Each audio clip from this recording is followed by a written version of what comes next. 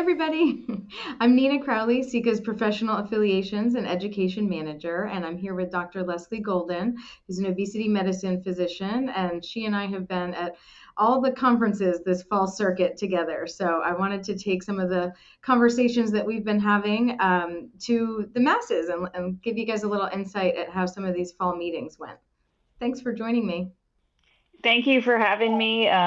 It's been a great time sharing so many of these conferences with you, and we've had so many good conversations. And I think it makes a lot of sense to be able to share our tidbits and the value we've received ourselves with everyone else.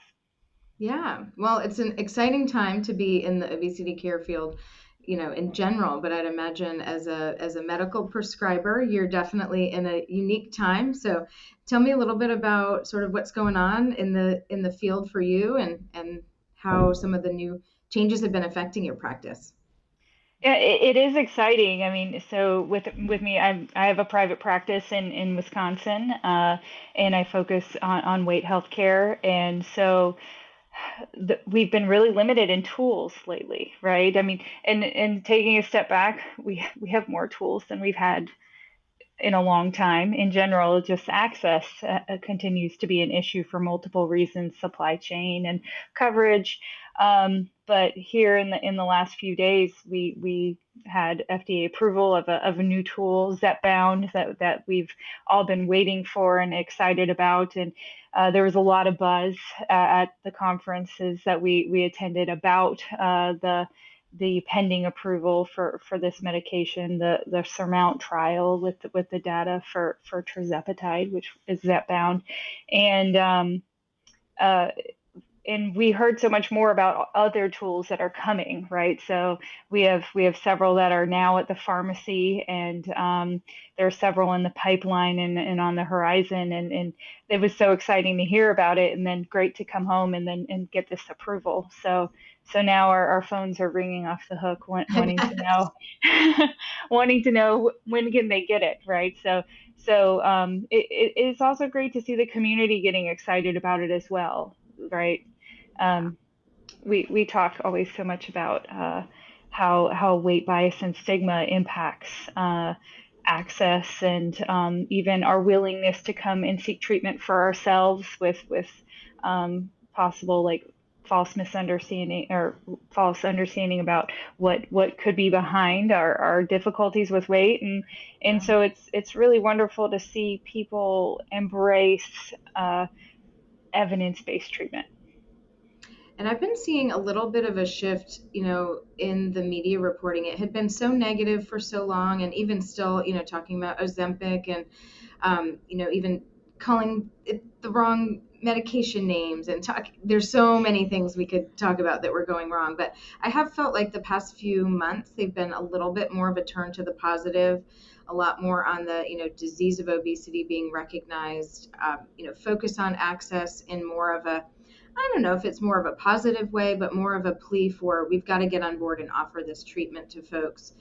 I mean, amidst healthcare plans cutting coverage and things like that too. Of course, that's the negative, but We definitely have been through a little bit of a dark chapter, which was so disappointing because we, for those of us that practice in this space and take care of patients in this space, it was there was so much optimism because of all these tools, and I don't think any of us would have been able to predict the amount of negativity that came about uh, with with with the medicines and the possible misuse of medicines and misrepresentation of what happens with the medicines. And I think it is clearing up with just us being providing more education. Of course, your weight is going to come back when you stop these medicines because this is a disease. This is a chronic disease.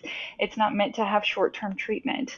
So as as that message is getting out and people are understanding it a little bit more, I think things are starting to improve. And especially now with the data from the select trials, showing reduction in heart attack and stroke with the use of these medications, even for those without diabetes, I think that's huge, and that's changing the conversation. Especially, will continue to change the conversation with health insurance companies as we hopefully get more support with using them. Yeah, and people are ready to reframe it, I think, as a health issue and not just weight, not just looks and aesthetics and things like that too. And I've seen that too a lot. And as we're talking about weight loss and BMI loss, and we've talked a lot about what are the right terms for assessing obesity, diagnosing, treating, even the language use. But even with BMI, we saw a lot. I would say one of the themes I noticed at the meeting was really sort of people starting to figure out, well, hey, if we're not going to be using weight alone as a criteria, I saw a lot more conversation about the health conditions, about using body composition as an outcome tool, and Hmm. even the mental health and the quality of life outcomes that we see that I'm sure you see every day in your patients. But didn't you feel like that was a much bigger theme this year? Definitely, and I loved it. Like it's probably I was so excited to see that. I mean, I've I've always struggled with the communication around being a weight loss doctor, right? Mm-hmm. Because I think it just misses the whole purpose. And you and I have had a lot of conversations about like, we make it about this number, this weight number, but it really has nothing to do with this weight number. It's what we make that weight number mean in our heads. And so I love this shift of let's figure out what the outcome is that is important to us. What is the most important outcome to that patient? Maybe it's just a functional outcome. Maybe it's I'd like to actually get down on the floor with my grandchildren and be able to get back up. Awesome. That's a big one. That was That's always what my post-surgical patients, those milestones were huge.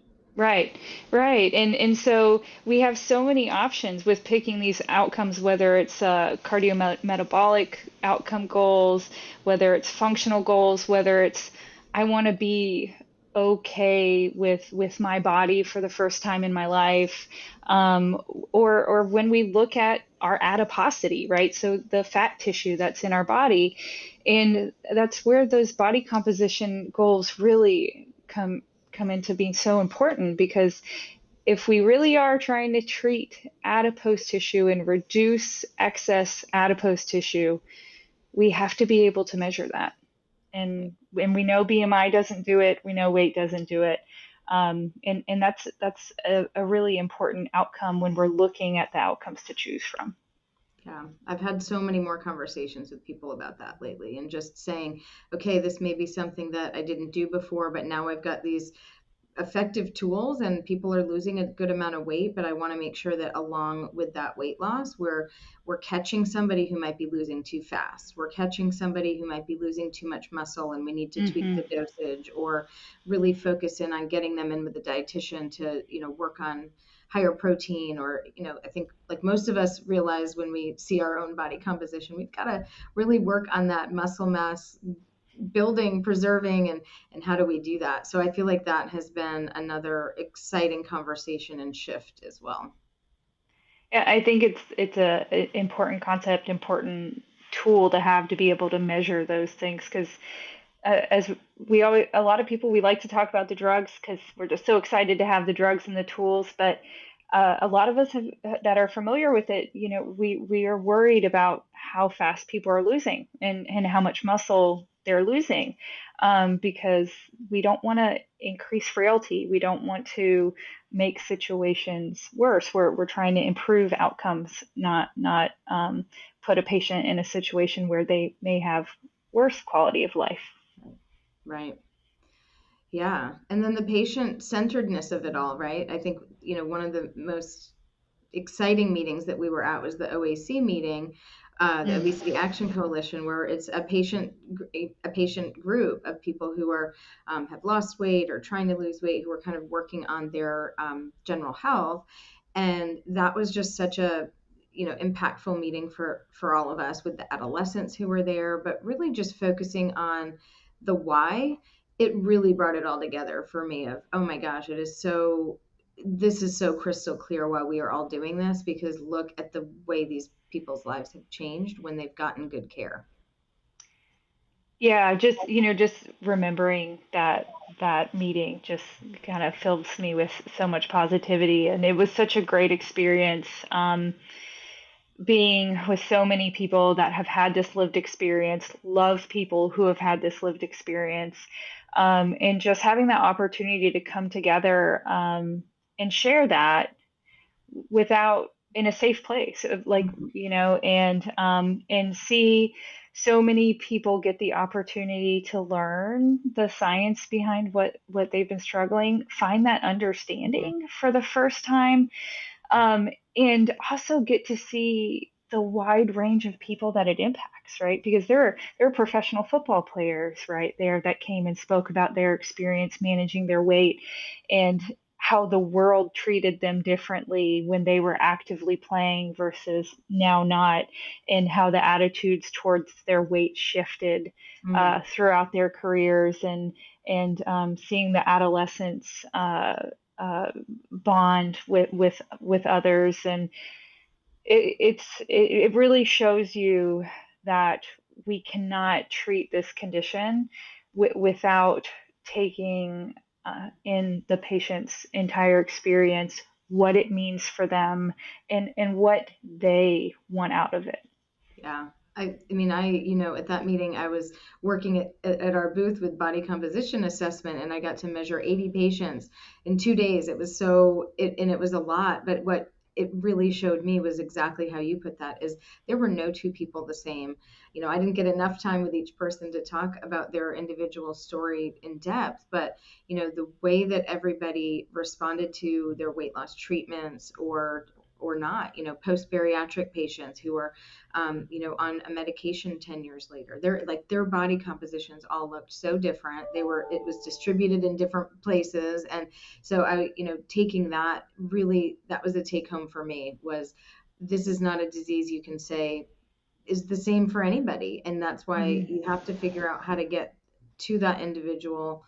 And that's what I think, again, kind of coming full circle to the medication options, is we're all so excited because now there's two, or six. How many now do we have? Six medications in this class. Mhm. How many meds are there available for someone with high blood pressure? 200.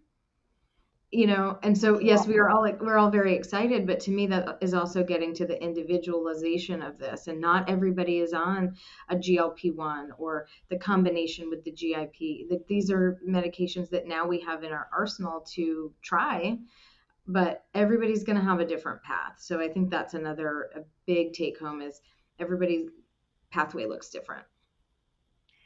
Yeah, I love that more and more we're embracing the different types, like phenotypes of obesity, or the different ways that we all, excuse me, may struggle with the different experiences of eating behaviors, and reward based eating, and all the different drugs that target different pathways, and helping people understand that there are multiple pathways that could be contributing to what they're experiencing, and the more time we spend with them, the more we hear their story, we can really help just fine tune and really individualize that care for them in terms of medication, but also in terms of what the support looks like from the entire team. Exactly. That's always been a focus as a dietitian for me, is in working in bariatric surgery. I think there's a lot of lessons that we can learn from how programs have been run for a long time.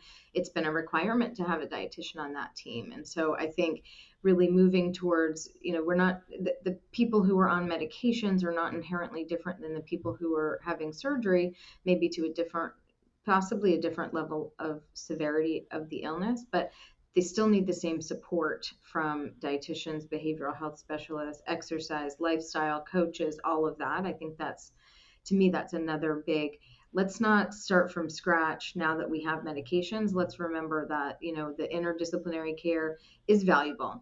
Each person brings something different. And I can't imagine, for an obesity medicine physician in a practice where it might have just been you, for a long time because you didn't have as many options, and so there wasn't as much volume, and all of those reasons. But now it's like, now you've got to scale, you've got to include more people on the team, and that benefits everybody. That helps really get that patient the best care from all the best providers, which I think is, again, super exciting.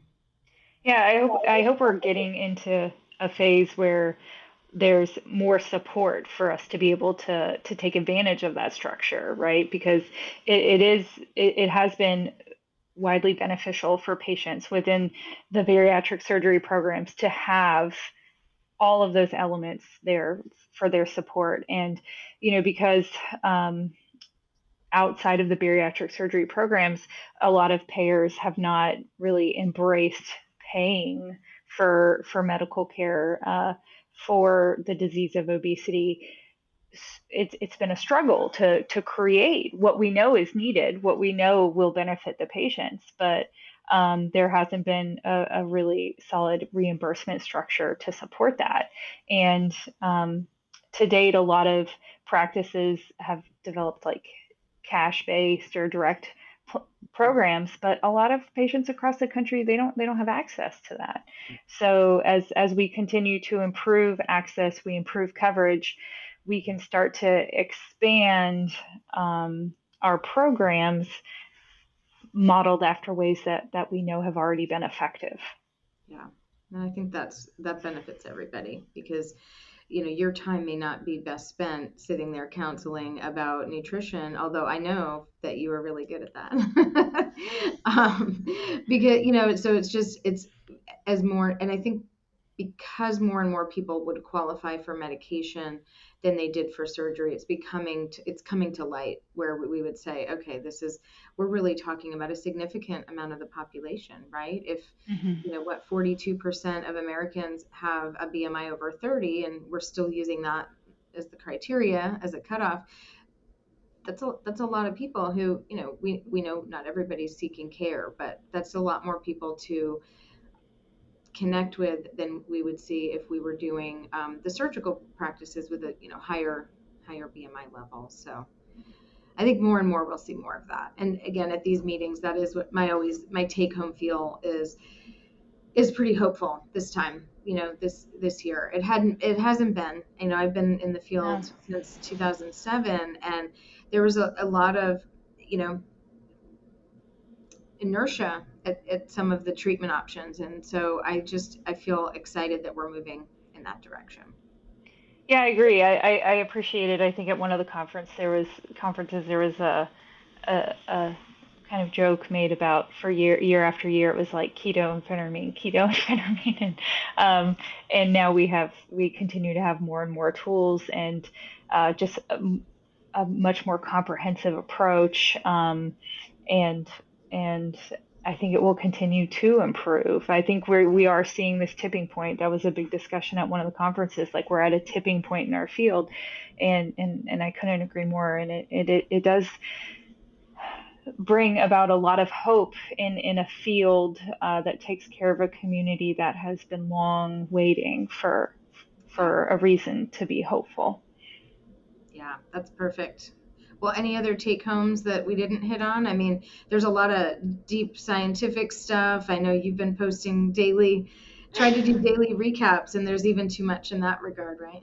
Yeah, I tried. I mean, at Obesity Week, there was just so much goodness, and I loved how much there was a lot of focus on the psychological aspect, like just the complexities of eating behavior, and that's another exciting thing for me. I mean, I'm just personally fascinated by our behaviors around food and eating, and I really loved seeing the amount of work that's going into that, the different areas of the brain that are involved, and how our history of adverse child events and traumatic experiences and our coping mechanisms and how all these things come into play as well too. And it just reinforces that we can't treat this disease successfully by looking at a narrow window, right? We really have to look at what the patient is experiencing in all aspects of their life to be successful. So,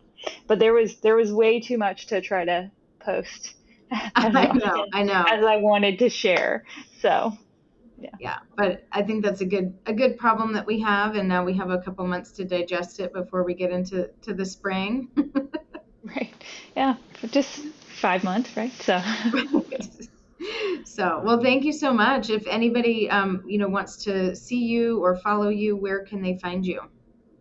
so Weight and Gold Wellness is my practice because I just like to support the idea, that all of my patients are worth their weight in gold, no matter where they're at, as we're working on their journey. But we're in Watertown, Wisconsin. We can see patients virtually throughout the whole state of Wisconsin, and we also post on both Facebook and Instagram on Weight and Gold Wellness support and encouragement and tidbits. So please follow along so we can continue to share and support as many as we can. Great. Well, thanks again. I'll look forward to seeing you at the spring circuit. All Sounds great. Thank you for right. having me. Thanks.